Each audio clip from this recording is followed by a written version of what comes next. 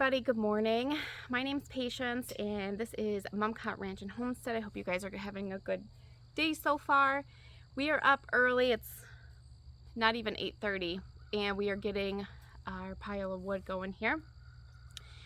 So you may have noticed that this wood is not really seasoned, and it's because it's not. These logs that are here had come from back in this area. We had cleared a bunch of land back there to our pond area, so these are the logs from that. So we are cutting and splitting this so we can get this all cleared up, and we actually are going to be using this for maybe not next year but the year after wood. So while we really should be focusing on our wood for this year because we have not even started it, in order to bring up the logs for this year, we need to clear out this area. So that is what I'm working on this morning. I haven't really been out here that long and things are just going super smooth. So the wood splitter is still doing good. She's still holding strong. So I'm happy about that. We've had it for a few years and it's been good to us. So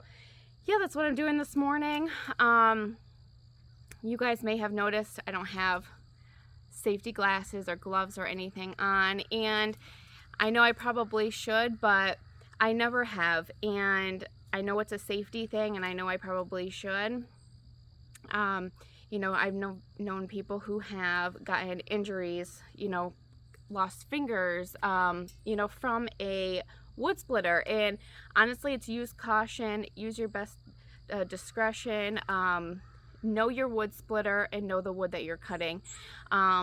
Like I said, we've been splitting our wood for the last few years, so I've gotten a decent handle on the type of wood that I'm cutting.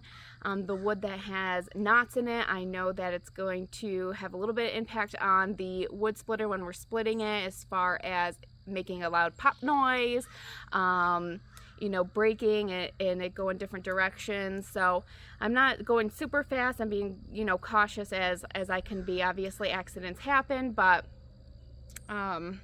that's just it. I just do it. Also, we have wood stove for our main source of heat. So we are professional procrastinators, and I think I've said in a previous video before that we wanted to have wood split and done before this point in time, and we're just starting. So I mean, things happen, life happens. We had a lot going on this summer. We did a lot this summer around the house, and so it's not like we were just not doing it just because we didn't feel like it. We just had other things going on. So now it's really grind time. It is the beginning of October, and although this week is going to be absolutely beautiful, I think today and tomorrow are going to be like 80 degrees, which is crazy. And then next week we're plummeting down into the 50s. There's even a day that's a couple days are in the 40s. So it's really time to get it done.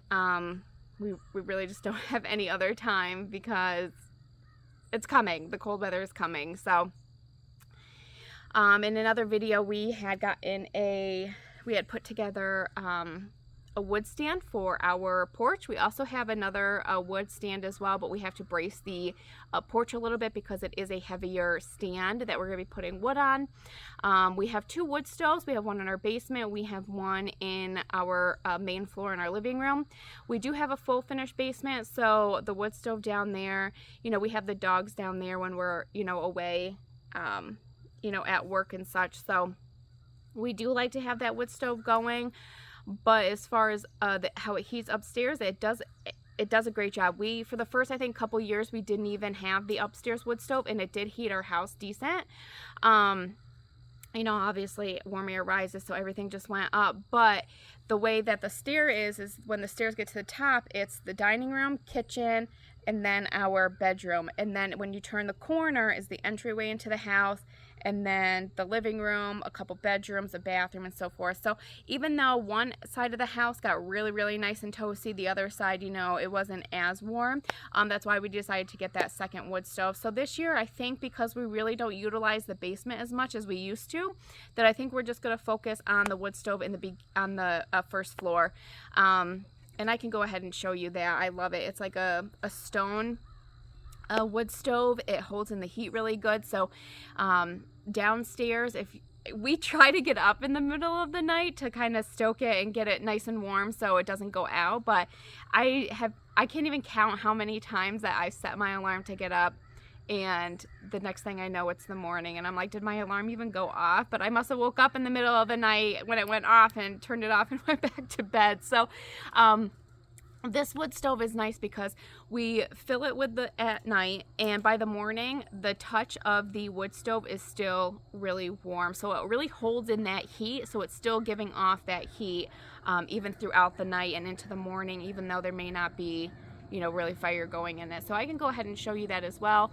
I do have to find a place on the porch for that wood rack that we put together the other day. I'm not quite sure where I want it, but we do have a pile. I'll go ahead and show you. So here's our little bit of firewood that we had left from last year. We'll go ahead and put this on the porch because it is very nice and seasoned. Let me kind of go around for you. And you can tell the difference in seasoned wood compared to, look at that. Nice and gray, very light. So you can see how well seasoned this is. And then I'll bring you back over to the other pile. And you see how this is very light still. So yeah, this will have to sit for a little bit. You can probably burn, you know, not seasoned wood in a wood stove, but it creates a lot of creosote in the pipes, and it just kind of clogs it. That's kind of what causes chimney fires. We also have this cart right here, this wagon. My husband's going to be putting wood brackets on the side to make it a little bit taller. That's where we're going to be stacking this wood in there, and we're going to be hauling it out back to kind of sit for the next couple years. All right, let me go ahead and I'll bring you inside and I'll show you our wood stove. All right, so I hope you can see this pretty decent. It is kind of dark in here, but as you see, it has the stone here. And it has the stone, the front, the side. We have used this once already when it was super cold in the morning. We had a little cold snap. The one thing that I will say that is a downfall with this stove is, to the touch, it's not super hot as one of like the heavier duty, I don't even really know what the other wood stove type is, like what it's called, but this, like, you can kind of touch and it won't really burn you as much, where the other one, like, I would get burned at least a couple times a year. What is cooking on it? I love cooking on our wood stove that we have downstairs. It puts off a lot of heat. You know, we've made ziti in it and chili, things like that. I've even done bread in it before. But this, it just doesn't give off a lot of that hot heat that you need to cook stuff. So that is the one kind of bummer about it, but that's okay. I really do love it, and it's super pretty too. I am deciding and debating where to put this wood rack. It's 8 feet long, I believe. I don't know if I want to put it like over here. So here's our door. And for reference, this window here is in our living room, and that's where our wood stove is. So I'm wondering if maybe I should put it along here. I will have to maneuver some stuff, but let's go ahead and see how that looks. Do you like my wine rack? One of my good friends had this on her porch for years, and finally she's like, do you want this? I'm like, yeah, I've been waiting. I'm just kidding. But just kidding. That's my one thing that I love in the winter time, is sitting by the wood stove with my glass of wine. I'm a big wine drinker in the winter time.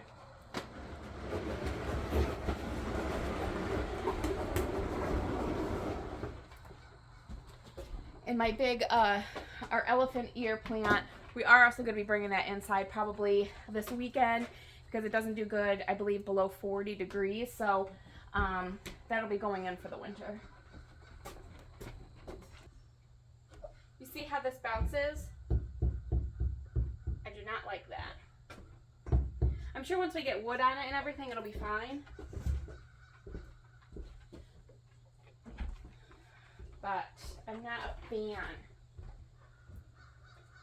same with this. This kind of even bows out a little bit. So when I put wood on it and it gets down to the ground, I'm going to have to make sure it's straightened.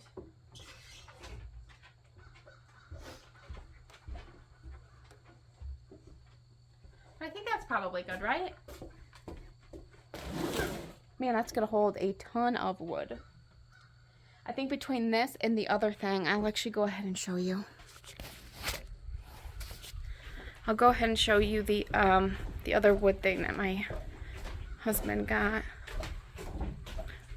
It has some stuff on it right now, but here it is. It's like a cage almost, like this. This side is open.